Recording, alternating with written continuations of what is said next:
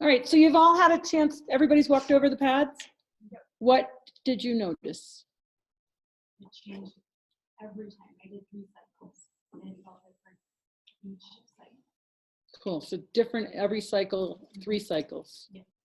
I liked some and I didn't like others. Just like a horse. Yep. I was surprised. I liked the that to feel a give on that orange one. The big orange big one? orange one. The physio pad. I'm surprised by that. Yep, because it's got that 1/2 inch of medium underneath, so it cushions a little, but you still have the firmness. You feel stable. Yeah, Really stable. which is what we're trying to do for those farriers, for the horses, make them feel really secure, but comfortable. Do you have the big pad so they can have both feet on it? Is that the- Yes, you can put 2 feet on it. And oh, by the way, your farrier will like kneeling on it. Oh, yeah, So have 2. They're going to teach us your neat little supporting pad. Oh yeah, I'm gonna show you how I, I tried that and I kind of fall over. It's like soccer. yes, it is a bit of soccer, especially on a horse where he can't pick his foot up much, but I will show you that. I had Linda mentioned that she wanted to put things on the pads, and I thought it's called the same. The impression pad, I wanted to stand still, and the one I just wanted to sway. Yeah. So the pad all had the different. This is different. Right, and I didn't flip them over to the uncoated side on the 3 that I could have, so I'll do that, and then you can feel that as well.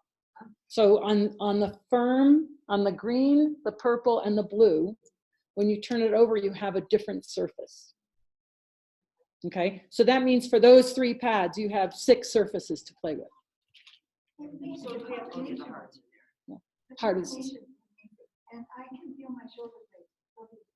awesome. So, you know, it's a marketing nightmare to have this many pads. I'm going to tell you that. You know, firm and soft, easy marketing. This many pads, really difficult marketing. However, what one would you pull out? And that's my problem. There isn't any, in fact, we added the pink, the hard slant, because we needed something firmer.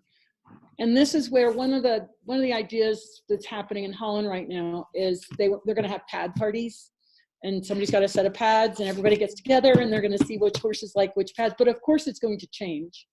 But it's just it's a nice way in for people who don't know where to start and what's going to happen to kind of share.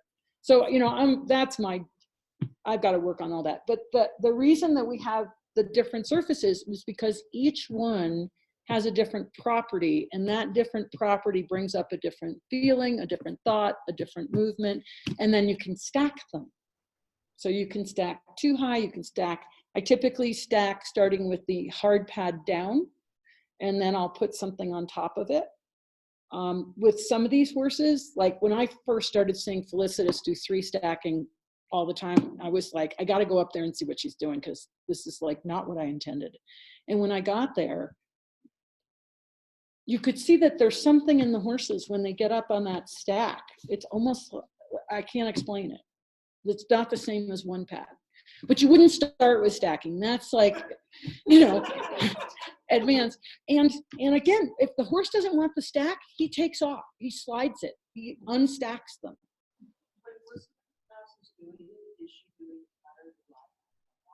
Yeah. So she's coming in to be reading their tab, they're on the pads. Right, and she does stretches with them on the pads, but they know the stretches and they know the pads, and she combines it. So, you know, that's again, and the other thing is, there isn't anything you can't combine them with. Massage, body wraps. I've got pictures of horses with body wraps. Beeline, that was such a blast, so much fun. Masterson method, well, you name it. You can combine pads with all those different ideas. Obviously, you don't want to like throw everything at a horse all at once, but there's value in thinking about, okay, I'm going to put 1 foot on a pad and then do some, you know, TTouch, or 1 foot on a pad and do a leg release, or, you know, that's the beauty of it. Because if the horse doesn't want it or can't do it, he'll let you know. Do you think though it would be more beneficial, like just kind of check out to see how they are on the pads in general first before you? Absolutely. So you get a better baseline of whether it's the pad standing on it or what else you're doing to them, or. Yeah, and then you bring up a really good point. The pads in themselves is more than enough the first, even several times with horses. And the amount of time that you're working with a horse with the pads can vary from about 5 minutes to an hour and a half. I have horses that they keep coming, they want something else, and they want to try this, and they want to feel that, and then they go off and the rider rides it and they come back. Other horses, it's like 2 minutes and they're toast. You know, my brain is tired. See, I also like the idea that we actually let the horses experience it without touching them, without, like, just get your hands off the horse, stand back and observe. Because people are so always want to In their face, and they want to pet them, and in a, you know, yeah, it's like I don't stop at 100% because some people you're gonna offend, but I keep trying to brush back and make you know, a bubble, if you will, for the horse to just be on the pads without interference. That's a challenge to get people to do that. A lot of times in that case, I'll take the horse from the owner and I walk away. I just go off at it, just say, why don't you stay there so you can see the bigger picture? And then I That is so good. It's true. That was job one. Yeah. And Yeah. that was the same reason. Yeah. You could watch what he was doing. Yep. I do have to tell you this one story for anybody that's doing endurance. There's a woman in Australia. Her name is Robin Larson Shelton. She's a physical therapist. She has worked at the Scheherazade 500K endurance ride for 7 years. For 6 years, the horses have come in with a compression pattern because they're on bitumen that's cambered. So 80 Ks a day, 5 days. She got her pads just before she went. She did 2 to 3 minutes of pads per horse that she was working on. At the end of the ride, there was no compression effects.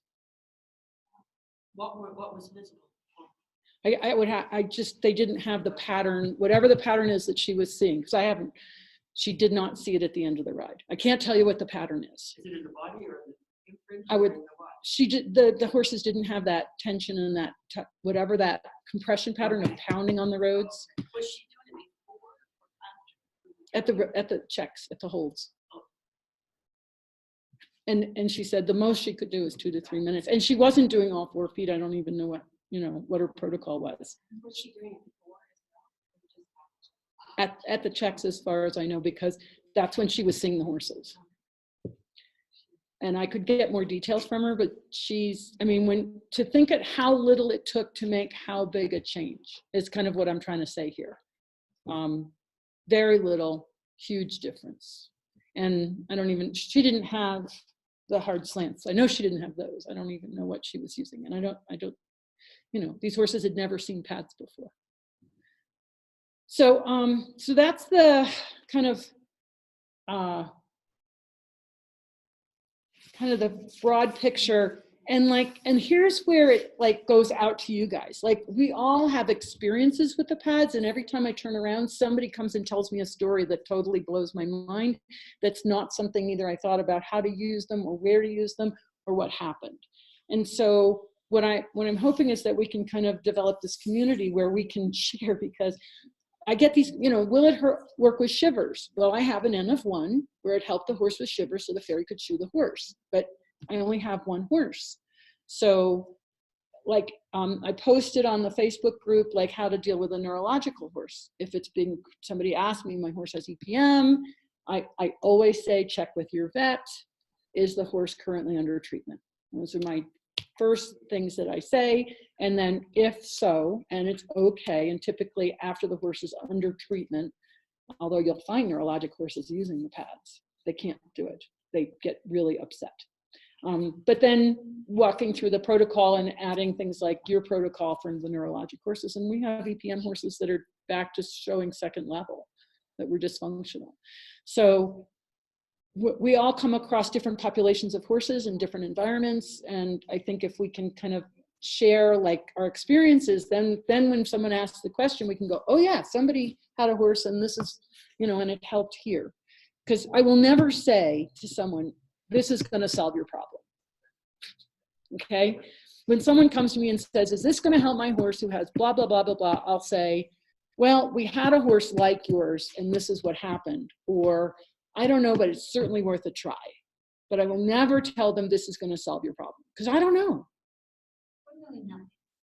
Even if that's true. I would say. That's right. But people are looking for the magic pill, you know, and then I get the person, well, my horse won't stand on the pads. Well, isn't that interesting?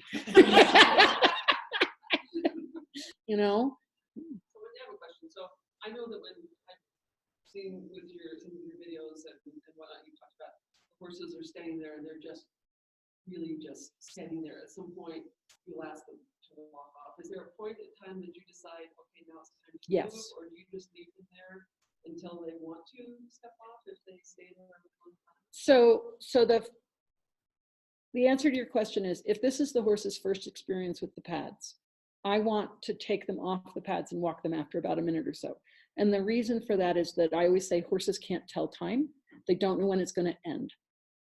Some horses will not step off because they've been trained to stand. All your driving horses will not step off, right? So you've got to lead them off or walk them off or take the pad out from under their foot because they won't. Yeah. They'll just stand because they've been trained to stand. I'm going to stand. I don't care. It's my job. So I will take them because I want them to know this ends. And then I'll come back, and when I do it again, then I'll start to assess, you know, a little longer. If a horse is on the pads and is swaying a lot, okay, typically when you'll see that, they look very unstable. They're like, very short duration.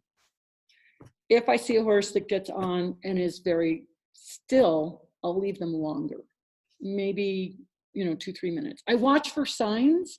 When I see a lick and chew, a deep sigh, eye blinking, that's typically my signal. Okay, you've processed a piece of information. Let me give you a break.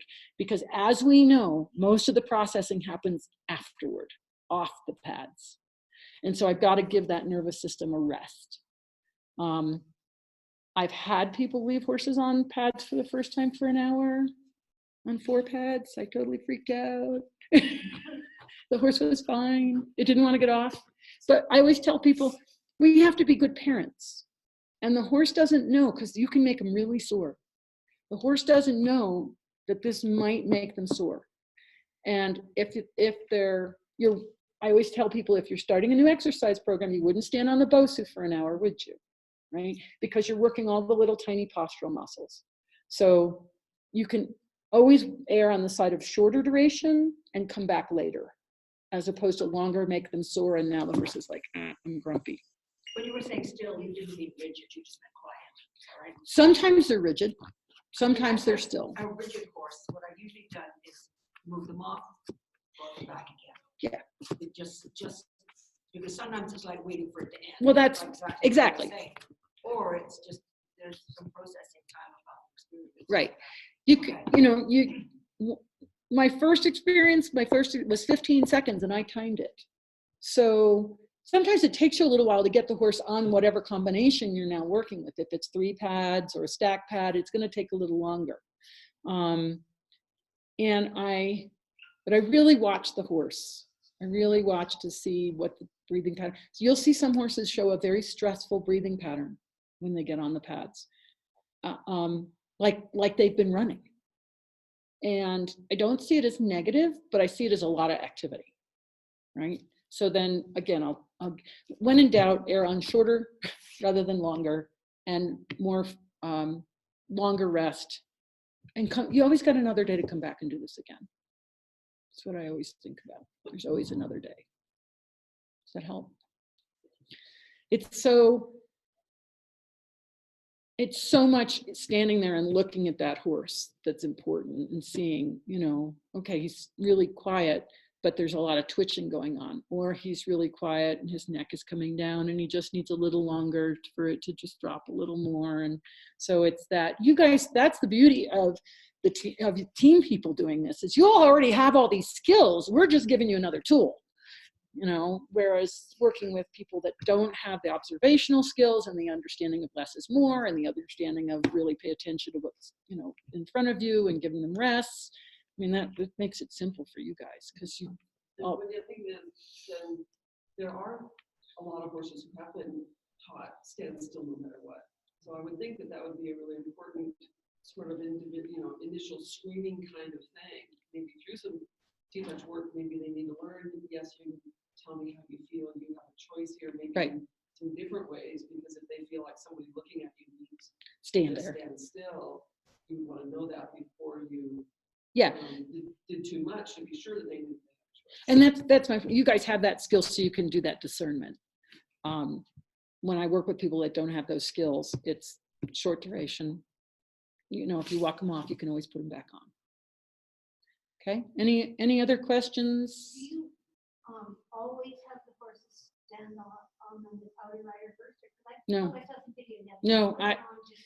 I mean, typically what happens for me is I'm teaching a clinic, a riding clinic, and they've already come in the ring and I'm looking at this horse and it's bouncing off the walls. I'll just say, come over here.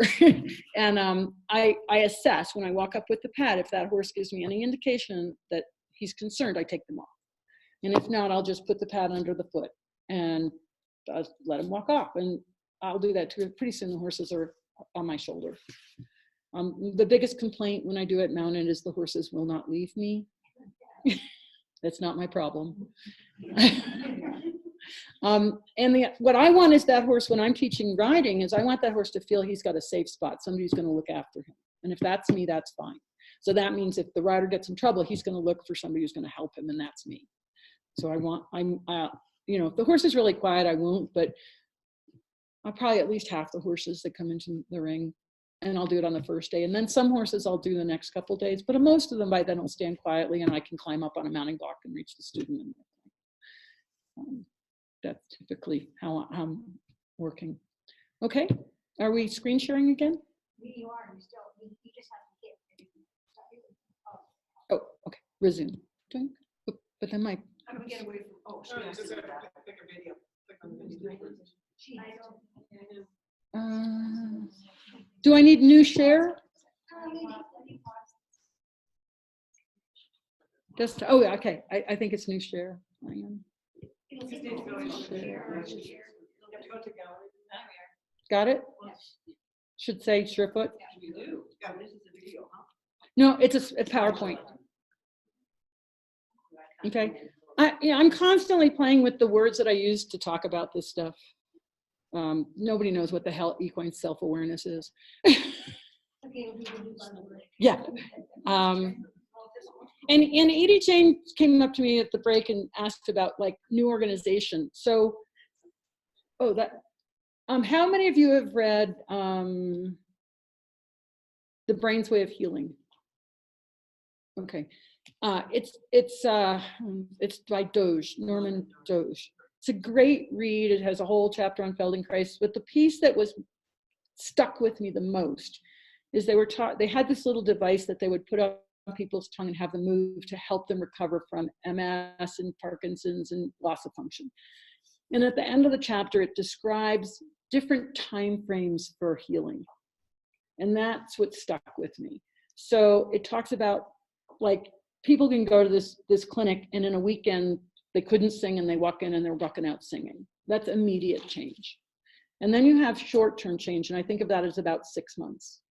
And then you have mid-range, and that's about a year, and permanent long-term is in some cases 2 years. So when people come to me and ask me about, well, how often am I going to have to do this? A lot depends on if there was damage, when it occurred. And if we're, the classic example I have is a Pasofino that was kicked in the field. They probably had his ribs broken. They didn't recognize that. He was then sent to a terrible trainer who terrorized him. And she came to me and we started with SURE FOOT because he wouldn't stand in a mounting block. And over the course of a couple of years, what we realized was he needed to see the pads every single day. And it's taken us 2 years to make a lasting where he can stand at the mounting block, go down the trail quietly. Whereas other horses, 1 session, complete shift, done, bye-bye. And so if we think about that, there are these different stages of change, and that when the client says, how long is this going to take? It depends. It depends on what kind of insult we're talking about, how healthy the system is, when did the damage occur, how strong is the habit. But there's a piece that I think, since a horse is born with its ability to get up and run, that in some of these cases where we see these really rapid changes, and I'm talking rapid, the program is sitting there, it's just that somebody's put a layer of dust on top, and the pads come and they just wipe off the dust, and the original pattern is there. In other cases, we're making new patterns, and I think both are true. I have no way to prove it, but when I see the kind of immediate changes, the one horse that I did for the first video who had Lyme disease, and she was running around with her head totally sideways, and the woman wouldn't canter to the right, and the next day walk, trot, and canter perfect, and she never saw the pads again, one time. But she had that ability before the Lyme disease. So Moshe wrote about how a student asking him how permanent this new state was. And he said it was as permanent as the previous one. You know, and just as liable to change given whatever the lesson influences are, which I think is really It's a great statement. Please write that down and send it to me. Too. Yeah. And in some cases, SURE FOOT is not going to solve the problem because the problem is a medical problem or the feet are so bad or whatever. It's a little tiny Band-Aid. In other cases, it's a solve. Okay, so the key here is the foot is a sensory organ. So we're going to go through some of the stuff from Bob Bowker. And most people think of the hoof as something down at the end of the leg when you put a shoe on it. Okay, and the takeaway from this is the chapter that references this book. If you want to know lots more about that kind of stuff, here's the $90 book that you can get from Pete Ramey. And it's a textbook, right? So I brought a copy. One of the authors, please. Well, Pete Ramey. R-E-M-Y? Yep. A-M-E-Y. Pete Ramey. I will be honest, I haven't read it, but I love the pictures. Care and rehabilitation of the equine foot. Okay, so if you really love getting in the weeds, here it is. Yeah, and what we have to realize is that there is a feedback system from the foot to the brain through the nervous system. When I spent 8 hours with Stephen Peters working with his own horses, and he saw breathing changes in 10 seconds, and he said, you have found some sort of a channel to influence neurochemicals in the brain. And so he called me a drugstore. Okay, happy internal drugs. But that's the bottom line, is that there is these messages being sent from the foot to the brain. Okay, this is the type of mechanoreceptors, and don't get caught up in it. Just know that there are different types. Okay, free nerves, Merkel discs, I can't even say the next word, Pacinian corpuscles and Ruffini we're going to come back to, and root hair plexus. Okay, so there's a lot of stuff in the foot that we forget about. There are pressure sensors. So this is the impression pad, had a horse stand on it, and what's really, you might see this as a relief. It's actually an impression, but I can play a trick. The thing that's so lovely about this is you see frog. Okay, I can't tell you how many times I've put a horse on the hard pad and seen no frog after 5 minutes of standing there. Okay, in which case I go to soft, because soft is going to squish up into the foot and hopefully connect to that frog and give that horse some information from the back of the foot. Okay, so the key receptors, how do I get rid of my little, I can't read it all because my little pictures are on the side from the Zoom. Is there a, oh, I just made them go away. Yeah. Light, pressure, vibration at the heel bulb. So there's a lot of important information the horse is going to get from the back of the foot. And the Ruffini-like endings, slow adapting stretch receptors responding to touch pressure, and they're around major nerves passing into the foot and within the dermal area, the sole and heel region. What does this mean to us? It means that there are nerve sensors in that foot, and they are picking up things like vibration. So one of the thoughts, and this is where, you know, when Linda's talking about she can see how the whole system is being affected by being on the pads, what if the pads are actually insulating the horse's foot from the vibrations of the ground? It's a completely opposite way of looking at it. What if we're making it quiet to those nerves instead of those nerves being activated and sending messages. And the reason I say that is when my little horse, Andy, one day, who, if anybody ever met Andy, he was a little quarter horse. He was the coolest dude on the planet. He was totally cool about everything. And one day he was hysterical. And it was a Saturday, and it lasted for 4 hours. Unconsolable. I finally put him on the high line to keep him, at least so he wouldn't hurt himself. Totally hysterical. There was an earthquake in Richmond, Virginia. He sensed the earthquake, is the only way I can rationalize that. And so if they're picking up vibrations from the earth, just think about what we're doing to the earth in terms of all the electrical currents we're putting through it. What if we're insulating them? I have no answer to that question. I have way more questions than answers. I can't get to my next slide. What did I do? Oh, there we go. So these two receptors may be activated during movement with the foot contacting the ground surface, or when high energy vibrations are transmitted through the ground when the foot is stationary. So this is from Bob's book, P. Ramey's book. This is Bob's drawing.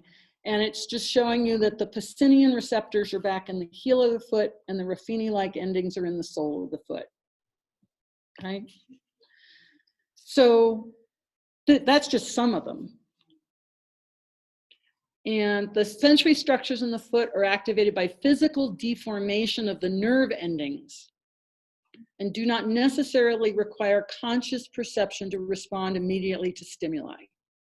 So in other words, the horse doesn't have to be conscious about the fact that there's making contact with a pad, but that it's happening and it's affecting them.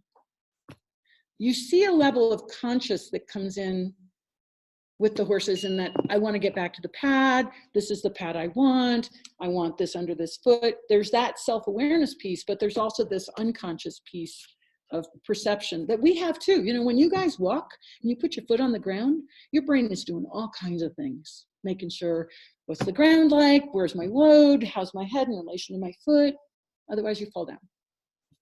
So yeah, so you know, because we live in gravity, the nervous system has to be constantly responding to gravity, and it's in background 99% of the time until you're compromised, and then it's in the forefront. Okay, the sensory structures in the foot are activated by physical deformation of the nerve endings and do not necessarily require, okay, I just said that. Cool. All right, so here's a foot, and just the blue color at the back is where the Pacinian receptors are, the red is where the Ruffini, the yellow there is when the deep digital flexor is coming in. We haven't even begun talking about fascia,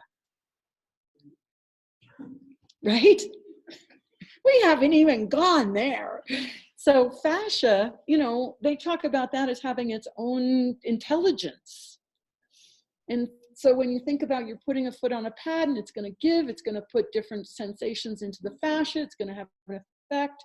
Bob Belker has looked at a whole bunch of legs, and he says down into the cannon bone, every horse he looks at has a different fascial pattern. Some have more fingers, some have less. Every one had a different fascial pattern. Oh, it's a fire alarm. Okay. Oh, and then I have to just, I've forgotten what the little green dot is down there on the toe, but I can look it up in the book later. Everybody, okay, great. So yeah, fascia leads us into a whole nother realm. And we could get into acupuncture ting points around the cornet band. I can't advance my slideshow, hang on. Why can't I advance my slideshow? Well, that wasn't the direction. Oh no. That was good. There we go. We did that one. We did that one. Oh, yeah. So so what they're saying in this chapter is that they're proposing that attention to the sensory systems and neural circuits in locomotion movement may offer new diagnostic and therapeutic opportunities. Sure. The functional neurology focus may become particularly useful in horses with refractory abnormal. Okay, what you need to know, what this is saying is, there are some things that you can't block out. You do nerve blocks and the lameness still exists. this might be a really great place for us because we're bypassing that route and hitting all the other stuff.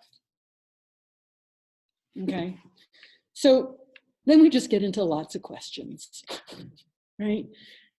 Does SURE FOOT dampen or eliminate the high energy vibrations? You know, is it breaking that electrical circuit for a while, allowing the system to calm down? Like in Feldenkrais, if somebody's like tight in the shoulder, you just, or the TTouch, I'm sorry to interrupt. Kristen says that the food is hot. So whenever you have a chance to take a break. well, I just have a few more slides. But you know, you take over the work for the nervous system, and then when you slowly let go, the nervous system has stopped firing because it didn't have to do the work. There's another possibility. You know, so the bottom line is the horses tell us that SURE FOOT's really important. I mean, when you get out of the weeds and out of the theory and out of everything else, you look at the horse, you put him on a pad, they yawn, they relax. You know, this is this horse I was telling you about, that she had Lyme disease, the way she was traveling on the left, one session, and then we have the picture on the right, and it was one session. The gray horse had diagnosed as navicular, but that's the change during the session actually, and the bottom horse is the same one, only in canter. Okay, this is just, if it'll play, it's just a little short video. Your typical signs, your breathing changes, weight shifts, facial expressions, licking and chewing, right? The effects are visible in minutes, head lowering, the grazing, so we're looking at parasympathetic. They'll go another level down, so you'll see parasympathetic, and then you see it's like they drop down further, whether that's endorphins, that's when you kind of get that they look asleep, but they're not asleep. Yeah. And I think, again, it's useful to say the difference between parasympathetic grazing mode versus parasympathetic shutdown mode. Like it looks like they go into the place where they're tranquil, where they're present, Yeah. rather than where they kind of just become calm but not present. It's just two different branches. Yeah, we'll talk more. Yeah. I think it's useful. Yeah, I do See too. the differences. Yeah. Just another example. You can see the little swaying, little head twitches. There's different sway patterns. Every horse will have what I think of as their primary sway pattern. You may see a secondary sway pattern, and then you may see a third. And there's one that I have seen rarely where the rib cage looks like it's lost all control, like they've quit using the sling and they've stopped shrugging, and the rib cage goes tick tock tick tock tick tock tick tock, and then it catches. Yeah, and it's like that fast, tick tock tick tock tick tock tick. Do you feel ever that that the rocking can get to be so much that there's getting an awful lot of momentum in there, and you're actually moving beyond the reversible state? I've had them fall off the pads, only a couple. Like some of them will sway way over, and you think, how are you staying on the pad? And they hang out there for a moment, and then they come back. I wasn't meaning that. I was meaning when you get momentum going. Then these short, just take them off. Sounds like you've had your duration too long and too soft a pad. Or that's just, okay. I would go shorter duration, harder pad. Yeah. Certainly stopped it, that's for sure. Yeah, for sure. So what I'm talking about is you'll see a horse and they'll start a little, and then you can see them experimenting. And you're like, what happens if I go over here? But it's totally controlled. But you will see some, and they will fall off the pads. Yeah, most of them. I've only had a few fall off, but it sounds like your horse, you might want to take it off.